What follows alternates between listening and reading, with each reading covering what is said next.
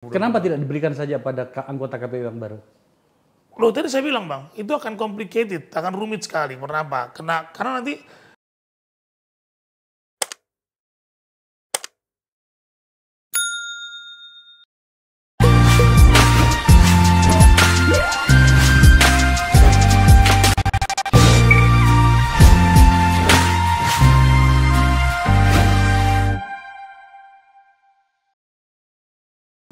Saya kedatangan tamu istimewa, Ketua KPU Pusat, Ilham Saputra.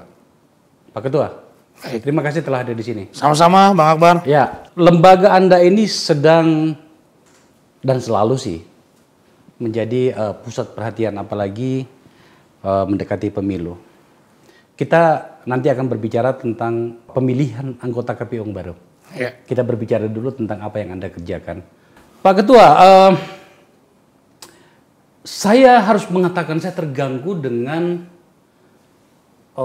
mekanisme kerja Anda, terkhususnya dalam hal biaya. Tolong ditampilin. Ini anggaran pemilu yang Anda ajukan. 2024 itu untuk biaya pemilu legislatif dan pilpres 86 triliun, biaya pilkada 22 triliun untuk tahun 2024. Pemilunya, pileknya tahun Februari 2024, pilkadanya Oktober ya? Ya. Oktober 2024. Coba lihat anggaran setiap pemilunya. Tahun 99 itu hanya 1,3 triliun. Tahun 2004 meningkat 242% menjadi 4,45 triliun. 2009 meningkat lagi 91% menjadi 8,5 triliun. 2014 meningkat lagi 83%, sebesar 15,6 triliun. 2019 meningkat 64%, 25,59 triliun. 2024 melonjak 365% menjadi 119 triliun. Apa gerangan yang terjadi? Pertama yang perlu dipahami oleh masyarakat adalah bahwa ini baru usulan. Oke. Ya Bang, ya, belum diketok dan Oke. belum dipastikan bahwa anggarannya sebesar itu. Kedua adalah ada upaya kami untuk menaikkan honor petugas kita. Oke. Ya, petugas kita itu kalau pengalaman 2019 dari 2014 2019 terutama petugas KPPS nih Bang, itu hanya 550.000 untuk ketua. Kemudian 500.000 untuk anggota. Oke. Nah, kami ingin menaikkan 2 kali lipat bagi badan ad hoc kami untuk kemudian mereka lebih baik bekerja, kemudian lebih minat orang untuk menjadi petugas kita pemilu ini kan kadang semakin lama semakin berkurang Bang. Oke. Kenapa? Karena kerjaan yang luar biasa yang mereka dari pagi sampai besoknya bahkan gitu ya, itu nilai honornya sedikit sekali, tidak sebanding dengan apa yang mereka kerjakan. Itu pertama. Kemudian kedua adalah kalau Bang Akbar dan teman-teman semua yang mendengarkan podcast ini, itu kantor kami Bang di seluruh daerah, di seluruh Indonesia, hampir di seluruh Indonesia itu belum punya sendiri. Dan kualitasnya itu sangat buruk Bang. Di beberapa tempat, walaupun tidak semua ya. Misalnya saja ada beberapa daerah, contoh saja Depok yang berbatasan dengan Jakarta, itu belum punya kantor sendiri.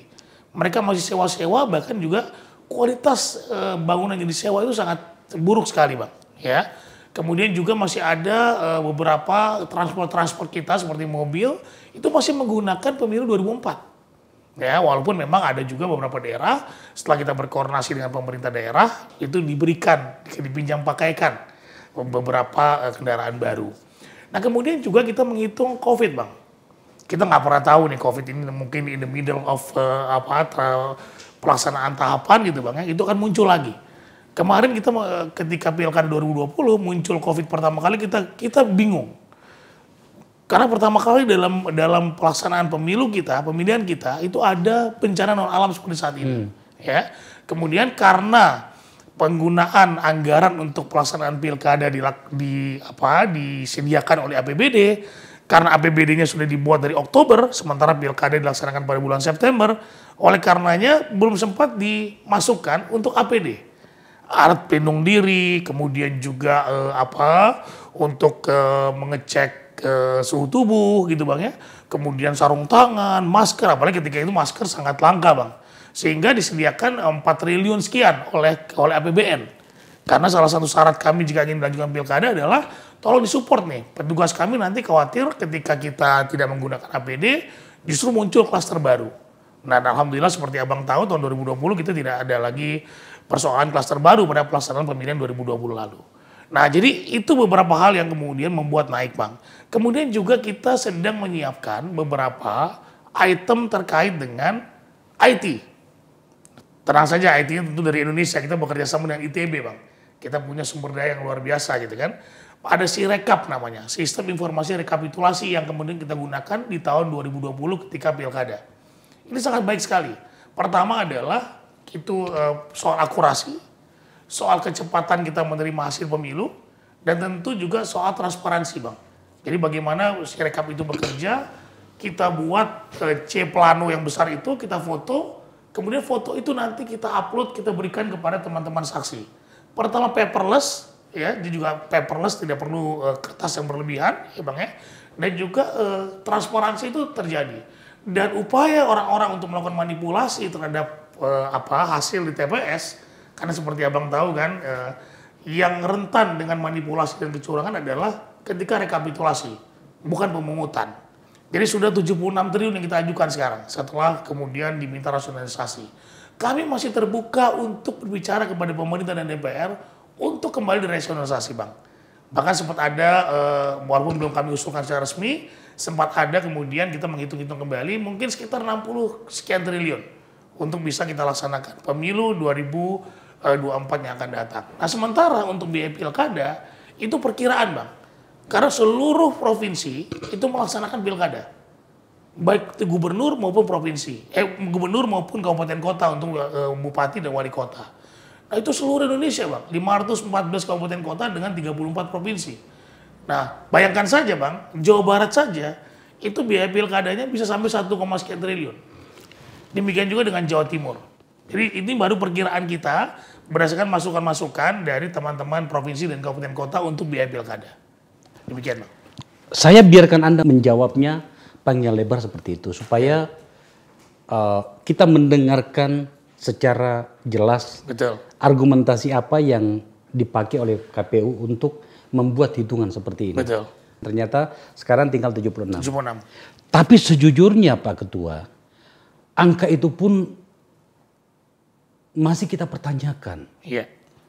Kenapa begitu tinggi? Iya. Tentu saja saya sedikit ada narasi yang bisa saya sampaikan menyangkut ini. Iya. Karena saya pernah di Komisi 2 dulu. Betul. Perdebatan ini selalu berulang. Nanti kita bicara tentang hasil dari pemilu itu. Iya. Kita bicara tentang proses pelaksanaannya dulu.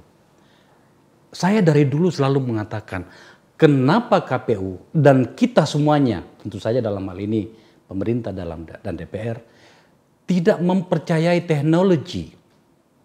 Tadi Anda menjelaskan bahwa sedang kerjasama dengan ITB, menyangkut soal ini, itu. Iya. Itu adalah narasi yang lama. Ada beberapa hal yang sudah dilakukan.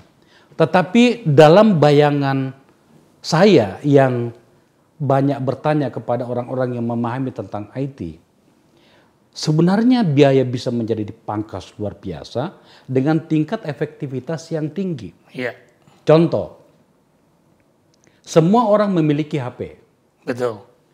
Semua orang memiliki identitas bernama KTP, iktp itu. Betul.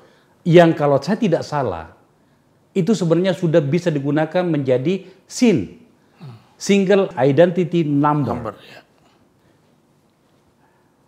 Lucu kalau kemudian setiap pemilu masih selalu ada perdebatan soal di mana nomor tempat TPS-nya, harus hadir pada jam sekian. Kalau tidak datang terlambat, kehilangan hak memilih. Lawang teknologi bisa kok. Iya. Dengan HP saya, dengan sistem teknologi yang diciptakan dalam hal security, dengan single identity number tadi itu, maka dimanapun saya memilih, pada jam berapapun, hak pilih saya terjamin dan aman. Betul. Kenapa kita belum sampai ke situ, Pak Ketua? Baik. Pertama kalau kita bicara e-voting, apakah itu menjadi kebutuhan kita? Itu pertama. Iya. Karena memang persoalan kita menurut kami dan menurut beberapa ahli pemilu gitu ya, E-voting ini di Indonesia pemungutan suara ini tidak pernah menjadi persoalan. Ya Bang ya, orang datang berbondong-bondong ke TPS, tingkat partisipasi lumayan dibandingkan dengan negara-negara demokrasi yang lainnya. Contoh Amerika, turnoutnya hanya mungkin setelah Obama, habis itu turun lagi Bang, 40 sekian persen. Sementara kita sampai saat ini, kita sampai mencapai 81% terakhir di 2019. Saya tidak mengklaim bahwa itu adalah kewenangan, bukan kewenangan, berkat KPU semua. Tetapi tentu dinamika politik ketika itu dan lain sebagainya tentu menjadi penting juga. Dan juga peran pemerintah dan DPR tentu saja. Tetapi menurut kami persoalannya bukan di pemungutan Bang, tetapi di rekapitulasi. Karena fraud atau kecurangan yang terjadi ketika rekapitulasi itu sangat besar Bang.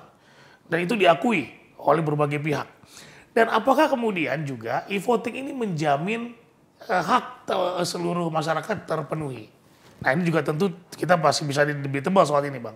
Di beberapa negara maju seperti Kanada, Belanda dan sebagainya, bahkan sudah meninggalkan Bang e-voting itu Bang.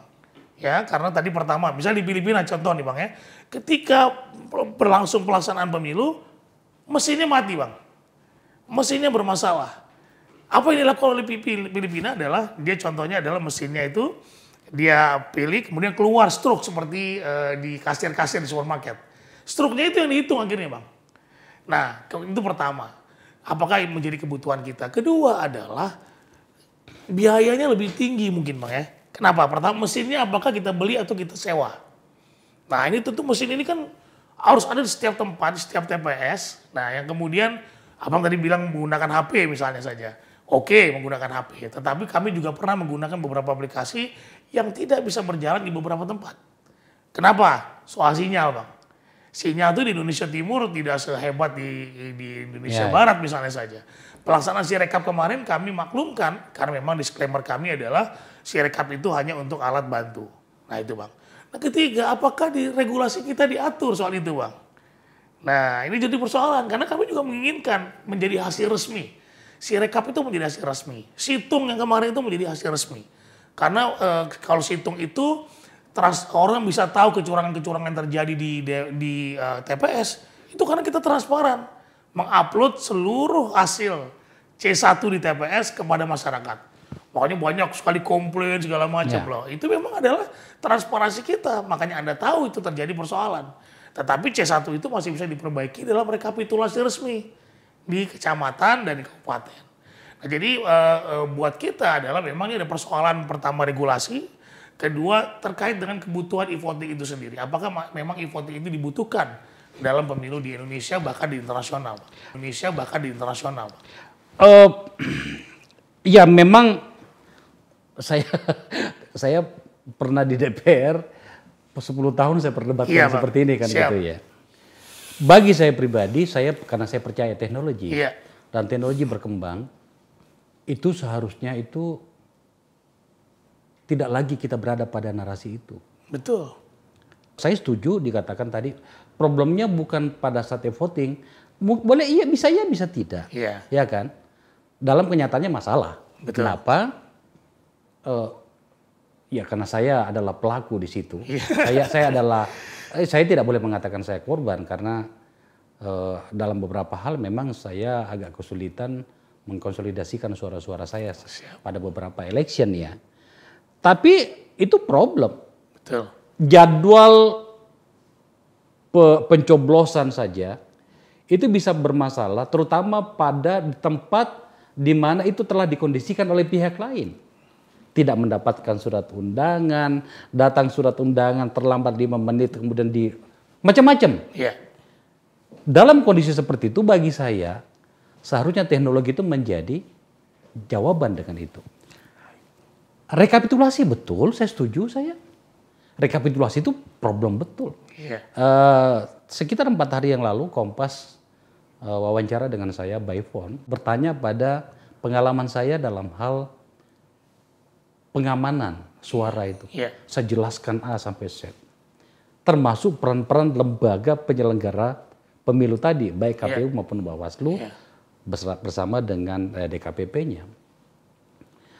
Kesimpulannya Pak Ketua, saya masih berkeras bahwa melihat problem yang kita hadapi dan begitu berulangnya problem yang terjadi pemilu per pemilu, dan kemudian kita bisa lihat dari bagaimana pembengkakan biaya, teknologi itu harus menjadi jalan keluar. Betul. Oke, ada beberapa negara barangkali kembali meninggalkan e-voting, tapi mereka masuk pada pola yang baru, yang sebenarnya tidak meninggalkan teknologi secara keseluruhan.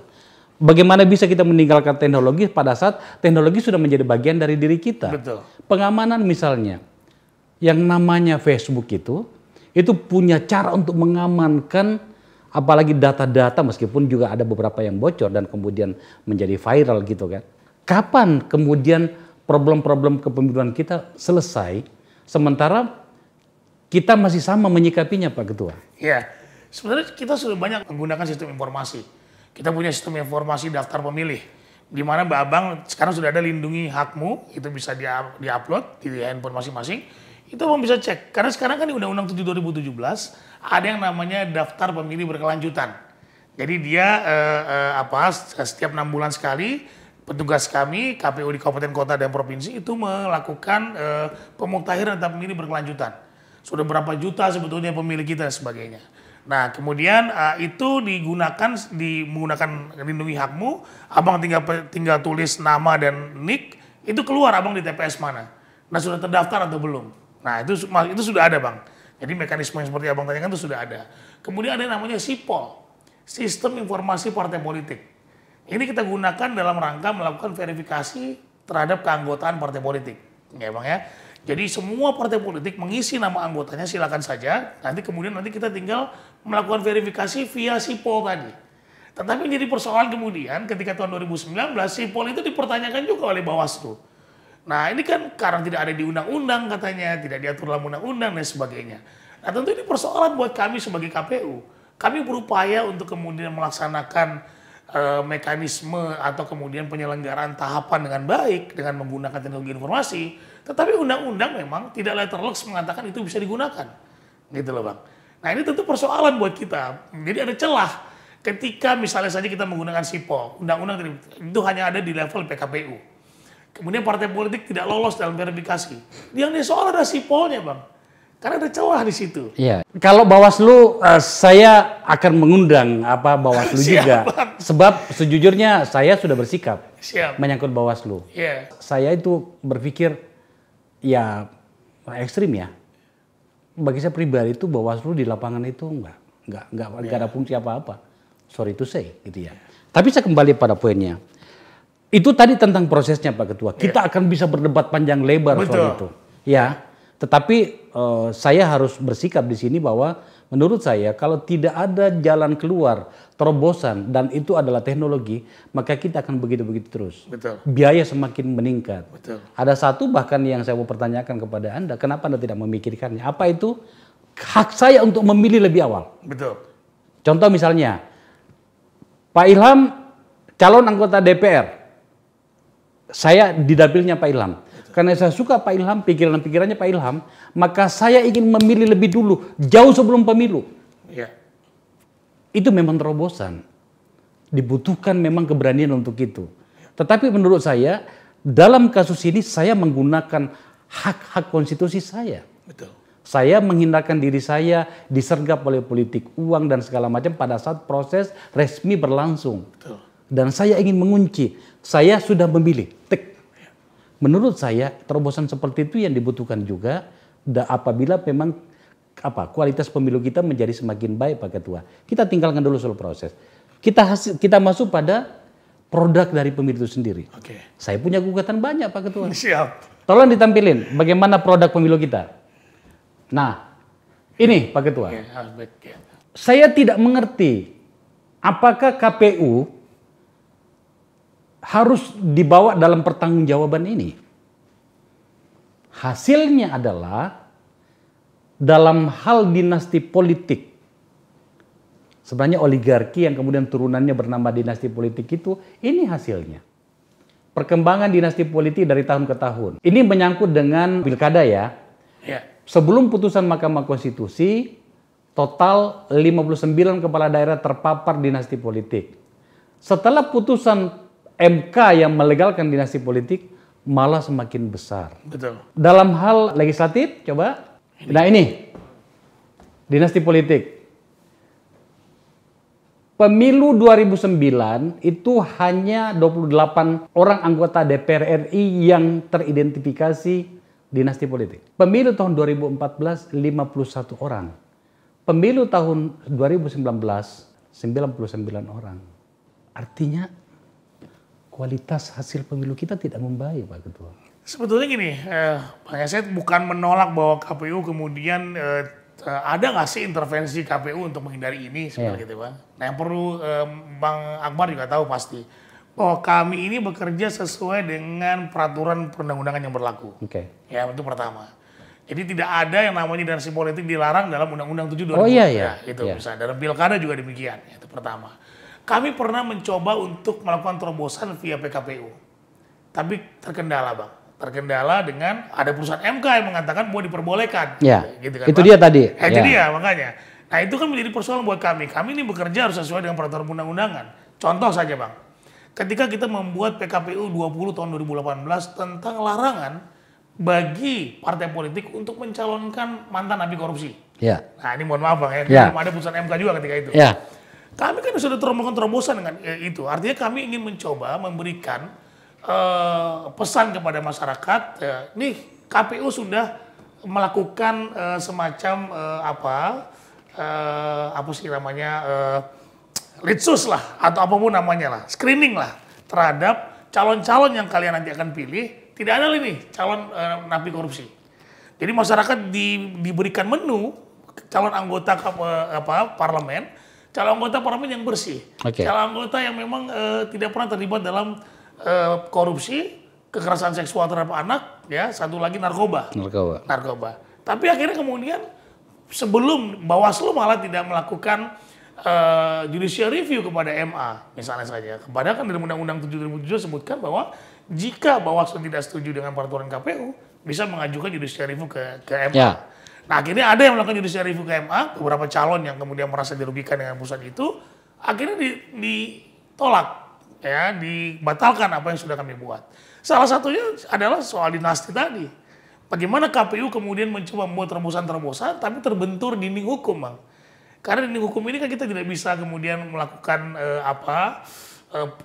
quote and quote pelanggaran jika sudah dilakukan oleh MK, lembaga tertinggi. MA juga lembaga tertinggi di hukum di negeri ini.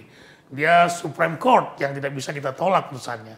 Nah, jadi KPU memang beberapa kali melakukan itu di masa kami terutama, tetapi terbentur banyak hal, kemudian juga tidak didukung oleh political will dari partai politik terkait dengan itu. Nah. Jadi rumit ya. Jadi rumit, complicated, Bang, complicated. Saya harus mengungkap ini karena pemilu sudah dekat. Betul. Dan kemudian ini untuk menggambarkan ternyata kualitas produk pemilu kita tidak membaik. Tentu saja ini bukan saya Bang Akbar lebih tahu soal itu. Ya, saya harus fair. Ini tidak hanya tanggung jawabnya KPU. Anda tadi barusan mengatakan tidak ada political will dari partai politik. Saya iakan itu. Memang masalahnya sudah dimulai sejak dari pemilihan anggota KPU. Saya masuk ke bagian itu. Anda tidak masuk lagi ya? Siap, tidak, Bang. Tidak masuk pada 14 besar. Kenapa tidak masuk lagi, Pak Ketua?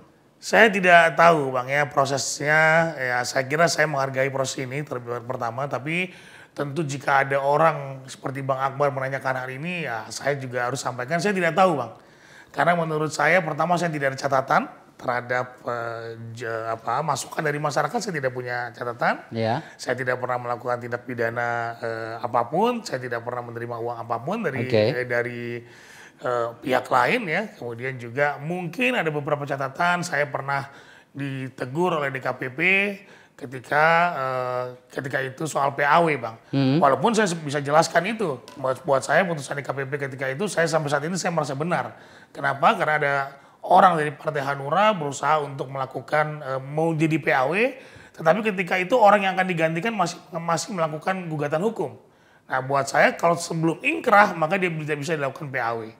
Saya dipecat dari divisi teknis bulan Juli, September baru ingkrah putusannya. Nah buat saya sampai saat ini saya masih mempersoalkan putusan DKPP itu dan saya merasa bahwa itu saya masih benar gitu kan. Karena ini kan juga pleno oleh teman-teman KPU. Nah, Tapi informasinya sih bukan karena itu Anda tidak terpilih ya. aduh, itu saya nggak komen ya Bang, karena dari subjektif gitu ya. Tetapi buat saya menyerahkan ini sebagai orang yang beragama, tentu saya menyerahkan ini kepada Tuhan, kepada Allah, bahwa ya ini adalah sudah putusan dan itu saya harus terima bagaimanapun. Tetapi buat saya memang tentu mekanisme terhadap seleksi ini tentu harus betul-betul transparan. Contoh nih Bang ya, KPU RI membuat seleksi anggota KPU provinsi itu menggunakan CAT, ya, tetapi langsung bisa diakses, diklik saat itu dia ketahuan nilainya. Nah, jadi dari situ kita buat standar, kalau ada yang tidak lolos CAT di bawah 60 nilainya, maka dia tidak memenuhi syarat. Untuk KPUD? KPUD, Oke. kayak provinsi dan kabupaten kota. Walaupun kabupaten kota kita tidak membuat batas atau limit nilai, karena kita tahulah di kabupaten kota tentu kesulitan jika dibuat hal seperti itu. Bagus sih menurut saya. Tapi untuk pemilihan anggota KPU pusat, cara yang berlangsung hari-hari ini benar nggak menurut Anda? Banyak pihak yang mengkritik terkait dengan CAT tadi. Harusnya sama seperti yang dilakukan oleh KPU RI kepada KPUD. Tetapi mungkin banyak pertimbangan lain dari tim seleksi ketika itu Bang ya. Mungkin digabungkan dengan tes psikotes, kemudian digabungkan dengan banyak faktor lain. Nah saya sekali lagi saya tetap menghormati proses itu. Tapi tentu ada kritik-kritik yang dilakukan oleh para pihak terhadap kondisi ini. Nama-nama yang muncul itu lolos sebagai anggota KPU itu saya dengar ya. Saya dengar yang kemudian kata orang sih mendekati kenyataan, bisa diidentifikasi dengan sangat jelas. Ini sebenarnya ini adalah paket-paket partai politik.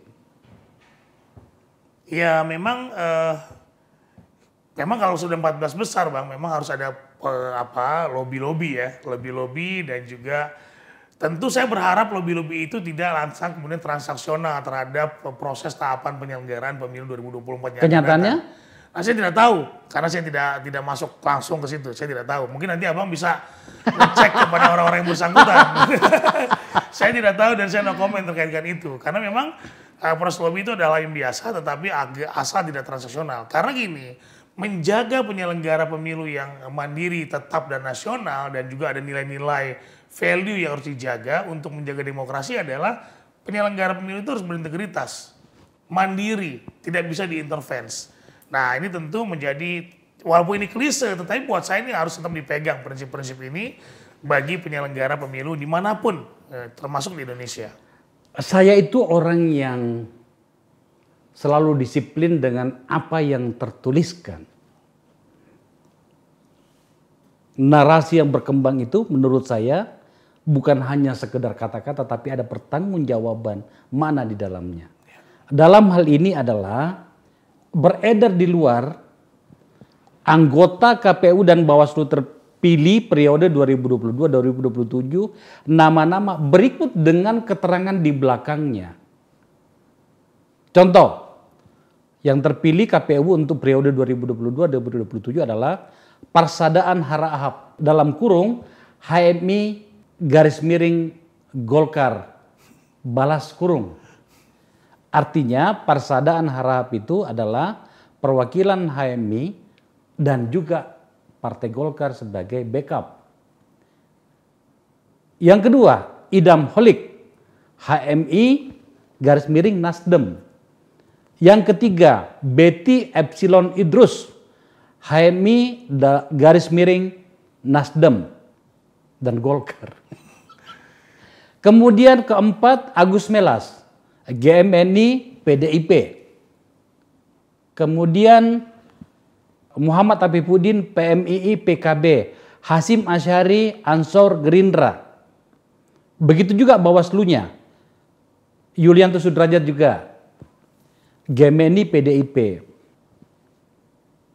Bawaslu Rahmat Bagja, HMI Golkar, Puadi HMI Gerindra, Toto GMNI PDIP, Herwin Jeffler Hielsa Malonda, non-Muslim garis miring Nasdem, 5 Loli Suhenti PMII PKB. Yang saya sebutkan pada bagian awal tadi itu tentang disiplin pada narasi.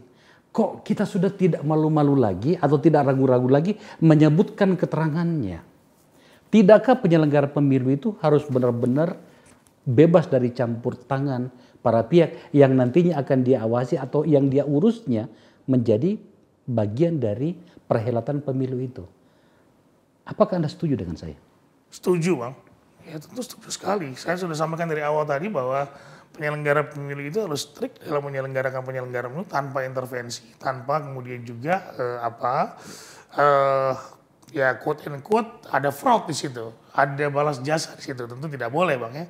Tetapi memang dalam mekanisme rekrutmen KPU ya, di mana tim misalnya dibentuk oleh presiden, kemudian setelah muncul 14 diberikan kepada DPR, fenomena ini pasti ada, Bang. Ya pasti ada. Kenapa? Pertama kan kami yang meloloskan di 14 besar itu harus mau tidak mau kita tidak bisa duduk rapi di rumah gitu ya. Menunggu kan nggak mungkin. Harus melakukan komunikasi politik. Ya lobby atau komunikasi politik kepada mereka. Tetapi memang itu boleh-boleh saja sebetulnya, tidak dilarang dalam peraturan undang-undangan karena memang komunikasi itu penting. Tetapi komunikasi yang saya bayangkan adalah saya ingin memberikan visi misinya bahwa kemudian kami akan bekerja sesuai dengan ketentuan peraturan undang-undangan, kami akan melakukan pekerjaan dengan penuh integritas, harusnya seperti itu. Lah kalau begini kira-kira ini pemilu 2024 seperti apa wajahnya, Pak? Saya tidak mau berkomentar tentang ini, Bang, tetapi tentu sekali lagi jika pemilu 2024 akan sukses jika kemudian penyelenggara pemilunya bekerja sesuai dengan peraturan undang-undangan dan bekerja dengan penuh integritas. Pak Ketua, Anda tahu lah, kita sama-sama mungkin tahu lah, tidak ada makan siang yang gratis, Pak Ketua. Iya, saya kira saya belum tahu, Bang, karena saya tidak masuk ke dalam mekanisme komunikasi politik itu.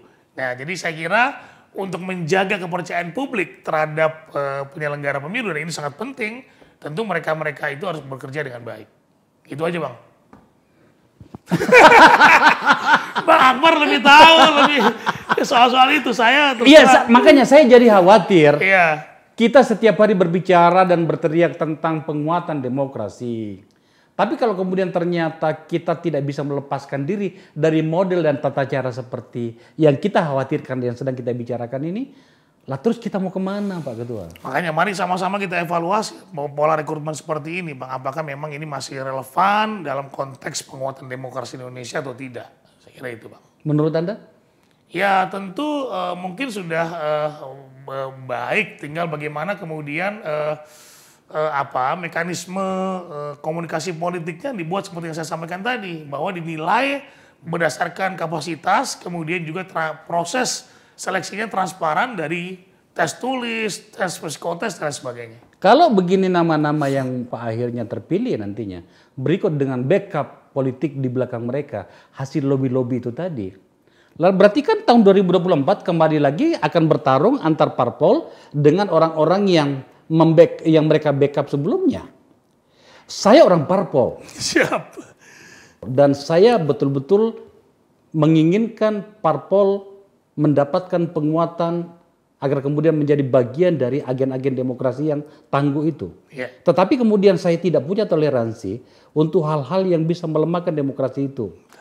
Kan lucu kan kita berteriak demokrasi tetapi pada saat yang bersamaan kita melakukan hal yang melemahkannya. Betul. Hal-hal seperti ini menurut saya melemahkan. Yeah. Lah kalau tahun 2024 menurut Anda gimana wajah kita nantinya pada pemilu yang akan datang? Kalau ternyata seperti ini, lawan tertulis dengan jelas kok. Yeah. Dan tidak ada bantahan soal itu. Ya saya kira semoga kemudian teman-teman yang terpilih saat ini bisa melaksanakan prinsip-prinsip menjadi penyelenggara pemilu tadi. Saya kira ya mereka tetap harus berintegritas walaupun kemudian disupport siapapun, selama kemudian yang mensupport itu melakukan pelanggaran-pelanggaran, siapapun yang support itu melakukan tindakan-tindakan yang tidak sesuai dengan peraturan undang-undangan, tentu mereka harus tegas. Kalau ingin menyelamatkan pemilu 2024 atau pelaksanaan pemilu 2024 menjadi lebih demokratis. Sebenarnya ya hal yang sama juga terjadi pada pemilu-pemilu sebelumnya ya. Iya. Tapi menurut saya harus kita bicarakan terus Pak Ketua. Betul, saya setuju Pak. Karena Mungkin ada menurut saya- diskursus soal ini. Iya, karena menurut saya sebagai manusia politik saya selalu berpikir bagaimana kemudian anak cucu kita. Mungkin saya naif, tapi nggak apa-apa pun saya dianggap naif untuk itu. Tapi ini untuk masa depan kita, Iya. apalagi dengan seperti ini. Kita pindah ke isu yang lain lagi, Pak Ketua, menyangkut dengan penundaan pemilu. Pernahkah Anda diajak untuk berbicara soal itu oleh mereka-mereka baik yang meminta penundaan maupun yang tidak setuju dengan itu? Tidak. Tidak ya? Tidak. KPU tidak pernah secara resmi, secara lembaga kemudian didudukkan atau kemudian kita bicara soal penundaan pemilu. Tidak pernah diajak ya? Tidak pernah. Karena mungkin juga bukan termasuk ke institusi yang bisa diajak seharusnya. Karena kenapa? KPU tidak bisa kemudian karena intervensi siapapun, karena intervensi politik bisa melakukan penundaan pemilu. Penundaan pemilu itu kan diatur dalam undang-undang ya terkait dengan soal darurat dan lain sebagainya. Kalau misalnya pemilu ditunda, seperti yang beredar hari ini, Iya. katanya ditunda dilakukan sampai tahun 2027. Iya. Apakah sistem kepemiluan kita akan bermasalah? Tentu Bang, karena pertama adalah ada undang-undang yang dilanggar. Ya. Apa itu? Undang-undang atau konstitusi yang mengatakan bahwa pemilihan presiden dilakukan 5 tahun sekali. Di undang-undang juga disebutkan seperti itu. Maka yang harus dilakukan adalah melakukan amandemen konstitusi. Yang harus dilakukan adalah melakukan perubahan undang-undang. Ya, dan KPU tidak masuk dalam ranah itu, gitu ya. KPU sebagai penyelenggara pemilu, fungsinya tugasnya adalah menurunkan apa yang disampaikan undang-undang. Kemudian dimasukkan dalam PKPU kan seperti itu Bang kan. Clear. Kemudian juga menjalankan ke apa yang dikatakan undang-undang, gitu ya. Nah sampai saat ini kan undang-undangnya belum dirubah, konstitusinya belum dirubah. Maka KPU sampai saat ini masih mengajukan PKPU kepada DPR bahwa kami masih strict terkait dengan pengajuan tanggal ya sampai bahkan kita sudah SK-kan di SK nomor 21 tahun 2022 kita akan laksanakan pada 14 Februari. Nah sampai saat ini KPU periode 2017-2022 masih komitmen untuk tetap menyelenggarakan pemilu sesuai dengan tahapan yang ada. Walaupun ya PKPU atau rancangan PKPU tahapan program dan jadwal ini saya berharap bisa dibahas pada masa sidang saat ini. Karena nanti saya khawatir ketika reses lagi, kemudian Mei reses, kemudian Juni baru lagi, nanti KPU yang baru akan kesulitan dalam menjalankan tahapan, mempersiapkan tahapan-tahapan yang ada. Paling tidak periode kami 2017-2022 ini diberikan kesempatan untuk menetapkan tahapan jadwal dan program. Dan satu lagi menurut saya yang penting adalah karena tahapan pertama yang akan kita lakukan dan ini adalah tahapan yang krusial, itu adalah perancangan PKPU, pendaftaran, verifikasi, dan penetapan partai pemilu. Itu belum ditetapkan? Belum, karena masih harus ada RDP dulu kan DPR. Walaupun kemudian nanti walaupun hasil apapun yang DPR, dari hasil RDP dengan DPR dan pemerintah, kami bisa langsung menetapkan PKPU tersebut. Anda kan periode Anda ini akan habis pada April. Betul. April tanggal? SK saya 11 April, berarti 11 April, sekitar berarti tanggal tinggal- 10 atau 11. Iya, satu Sebulan, bulan. ya. Sebulan. Apakah bisa terkejar? Saya kira karena masa sidang setelah mereka reses mungkin di tanggal 13 ini Bang, 13 Maret ini. Nah kita berharap kemudian kita akan buat surat kepada Komisi 2 untuk kemudian mari kita bahas, kita RDP-kan ini 2 PKPU yang krusial ini menurut kami. Untuk kemudian kita bahas nanti bisa kita tetapkan dengan periode, ditetapkan oleh periode kami 2017-2022. Kenapa tidak diberikan saja pada anggota KPU yang baru? Loh tadi saya bilang Bang, itu akan complicated, akan rumit sekali. Kenapa? Karena nanti ketika mereka dilantik kemungkinan besar nggak berapa lama kemudian anggota DPR akan reses Bang. Ya akan reses. Kemudian mungkin kemarin hitung-hitungan salah satu anggota DPR yang dialog dengan saya, itu Juni baru kemudian ada masa sidang lagi. Karena mereka banyak reses di bulan Ramadan dan sebagainya. Nah jika kemudian tahapan atau kemudian PKPU tahapan program dan jadwal itu tidak ditetapkan, tentu Kementerian Keuangan akan berpikir dari mana dasar hukum untuk mencairkan uang.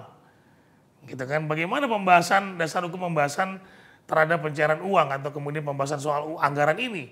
Karena kan belum jelas ini dasar hukumnya apa, walaupun sudah ada SK tanggal 14 Februari. Pokoknya kalau tidak ditetapkan sebelum reses itu dan itu ada jatuhnya masih pada kewenangan Anda, itu maka akan berdampak nantinya pada Iya, jadwal. terlalu lama nanti pembahasannya dan KPU periode baru akan sulit untuk kemudian mempersiapkan segala sesuatunya karena belum ada tahapan yang jelas gitu, seperti itu. Oke, itu satu hal. Terakhir Pak Ketua, masih yang tadi. Saya butuh semacam disclaimer begitu. Kalau ditunda pemilunya ke tahun 2027, katakanlah seperti itu. Seperti yang beredar di ruang publik.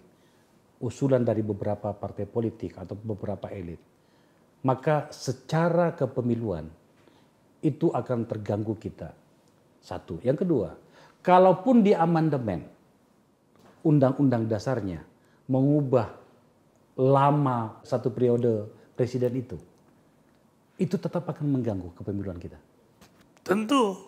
Yang pertama adalah penyelenggara pemilu yang baru ini mau kerja apa, Bang? Kalau 2027 baru ditunda. Apa yang harus mereka lakukan? 5 tahun ini mereka mengerjakan apa? Mungkin nanti 2025 baru mereka kemudian menyiapkan tahapan-tahapan pemilu atau 2024 misalnya. Itu pertama. Kemudian mekanisme suksesi kita itu terganggu dan itu mengganggu demokrasi menurut saya pribadi ya. Karena satu kali itu dilakukan, maka kemudian kemungkinan atau jurisprudensi yang pernah dilakukan pada saat ini jika terjadi penundaan pemilu itu bisa dilakukan oleh penguasa yang berikutnya dan itu berbahaya bagi demokrasi kita. Pak Ketua, makasih ya. Terima kasih. Kita penting membicarakan ini sebab menurut saya ada banyak hal yang memang harus kita bicarakan. Betul.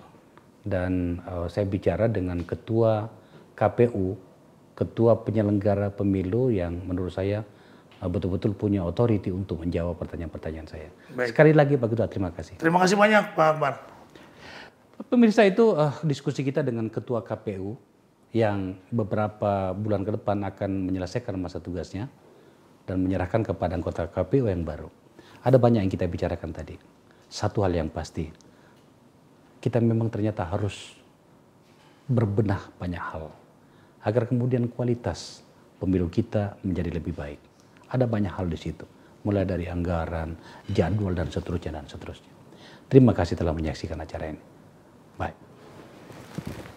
Terima kasih, Pak.